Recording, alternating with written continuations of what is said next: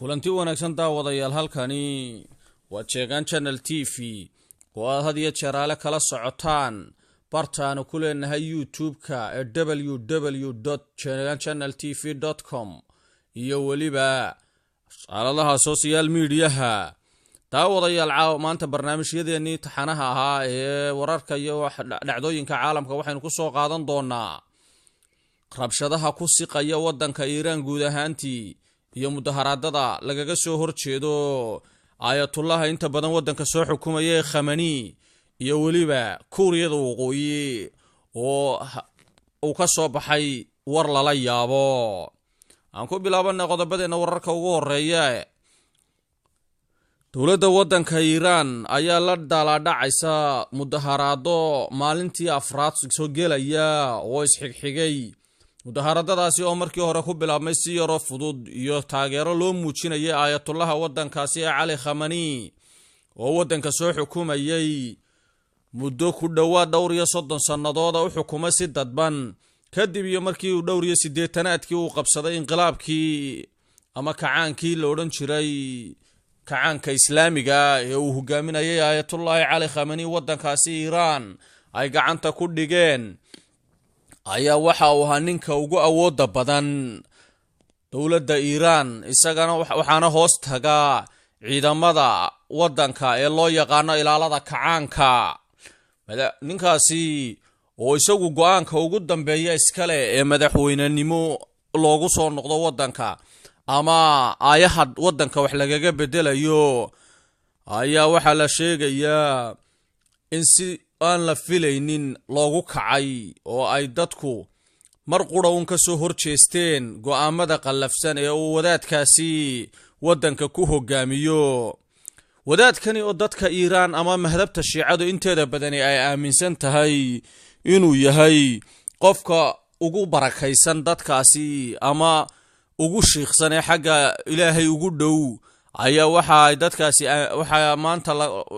ku fidaya mudaharaado ballaaran oo lagaga soo horjeedo ninkaasi oo la leeyahay waa inuu siyaasadda ka madax banaanaado oo uu ku ekaado masaajidada iyo diinta oo kaliya. haddaba dawladda wadanka Iran ayaa gacan xoog leh oo aad u kulul kala hortagtay dhammaan dadkii ka soo horjeeday ee mudaharaadada waday, waxaana madaxweynaha wadanka Iran uu sheegay inaanay wadamada bariga dhexe ka soo horjeeda Iran ay ku faraxsan yihiin rabshadaha uu wadankiisu galay, waxaana loo malaynayaa inuu u jeedo wadanka Saudi Arabia oo ay bariga dhexe ku xifaaltamaan. bariyihii u dambeysayna aad moodayba inay Iiraaniyiintu kaga hawood bateen guud ahaan gobolka bariga dhexe wadanka Saudi Arabia kadib markii ay dacal walba ka galeen jabhado iyo mudaharaado ballaaran oo ay Iiraaniyiintu dabada ka riixayaan waa sida uu Sacuudigu u dhigo hadalke. haddana maanta waxaad moodaa inay biyihii ugu soo galeen gurigiisa hogaankii ugu sarreeyay wadanka Iran ee ayatullah Ali Khamenei. ayatullah Ali Khamenei oo ah hogaamiye ruuxiya oo wadanka maamula oo madaxweyne kasta isagu go'aan ka gaara sidaan horeba u soo sheegnay daawadayaal ayaa waxa maalinkan maanta wax cusub ku noqday wadanka inuu laba u kala qaybsamo, qayb isaga taageersan oo ah dadka Iran asal ahaan u degi jiray sida la sheego iyo qayb kale oo ah dadka asalkoodu ka soo jeedo Armenia wadanka la yiraahdo oo ka soo horjeestay. waliba waxaana dadkaasi sii raacay dadyow kale oo ay ka mid yihiin dadka Kurdiyiinta iyo waliba xoogay wadamada kale Carabeed ka soo galgala dacalada.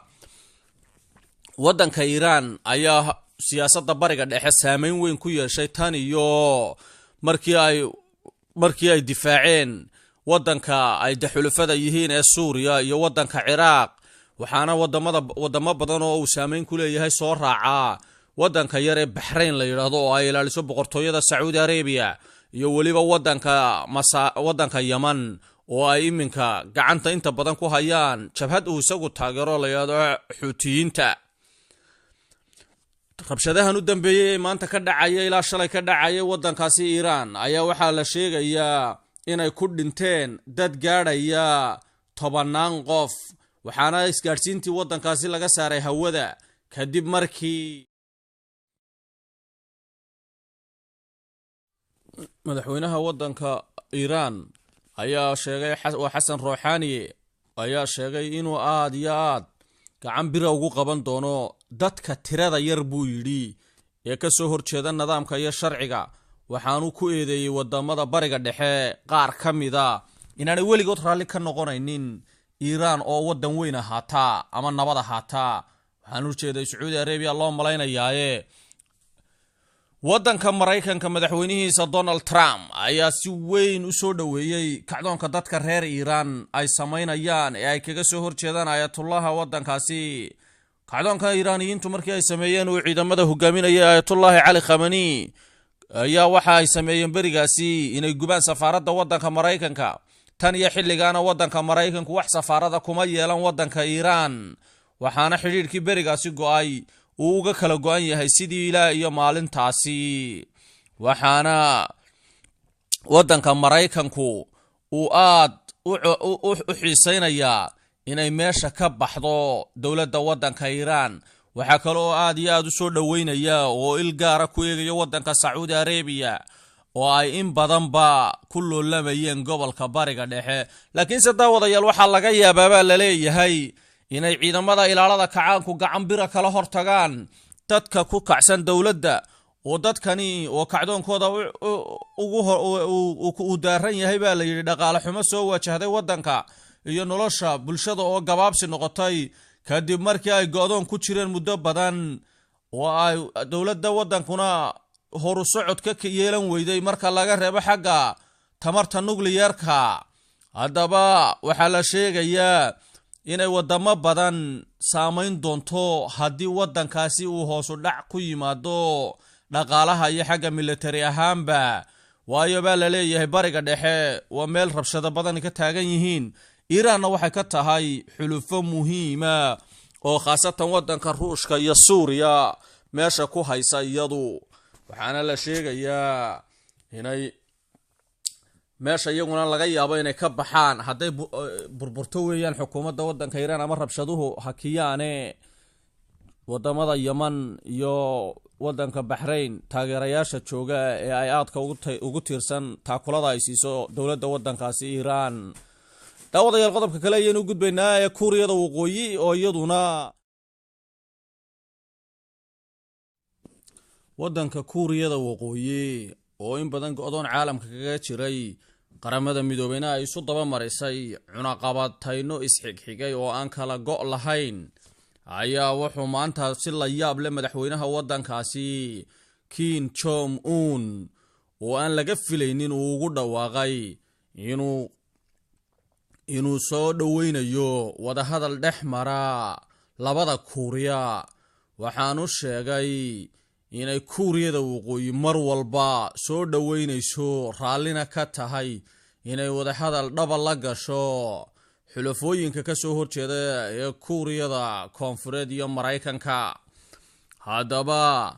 madaxweynahan oo sanadkan caawa dhashay ee 2018 la soo dhaweyntiisa ka hadlayay meel ay isugu soo baxeen qaybka ka tirsan ciidamada waddankaasi ayaa waxa uu sheegay khudbadda uu ka jeediyay inuu si weyn u soo dhaweynayo inuu wada hadal la furo Mareykanka iyo Kuuriyada Koonfureed tani ayaa noqotay in wax lala yaabo oo aan laga filaynin madaxweynaha mayalka adag ee kaliya taliyaha ee xaq jirka ku qadiyada waddankiisa iyo hubka nuclearka haddaba markii uu hadalkaasi jeediyay ayaa waxa soo dhaweyn ballaaran u sameeyay oo si weyn u soo dhaweeyay madaxweynaha waddanka Mareykanka Donald Trump oo isaguna luqmata xajar bariyahaba ku ahaa madaxweynahaasi waxa kale oo soo dhaweeyay markiiba wasiirka arrimaha dibadda oo waddanka Kuuriyada Koonfureed oo u hadlay dawladda waddanka Kuuriyada Koonfureed ayaa isaguna soo dhaweyn ballaaran u sameeyay oo sheegay inuu aad iyo aad u soo dhaweynayo hadalka ka soo yeedhay madaxweynaha Kuuriyada Waqooyi haddaba Kuuriyada Waqooyi ayaa muddooyin badan oo ku dhawaad 60 sanadooda colaad dheer kala dhaxaysay waddanka Kuuriyada Koonfureed kadib markii ay labada waddan kala go'een aanay dhex mareen dagaalo lagu hoobtay oo labada Kuuriya iyo xulufooyinkoodu midba midka kale dabada ka riixayay waxaana ugu dambayntii ay Kuuriyada Waqooyi ku guuleysatay inay noqoto wadamada haysta awoodda la yiraahdo nuclear-ka waxaana cunaqabatayn kasta oo la saaraa xagaldaaciye baa la yidhi wadamo waaweyn oo xulufo la ah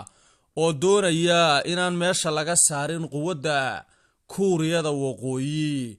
oo ay aad isugu dhow yihiin sida wadamada Russia iyo waliba wadanka Shiinaha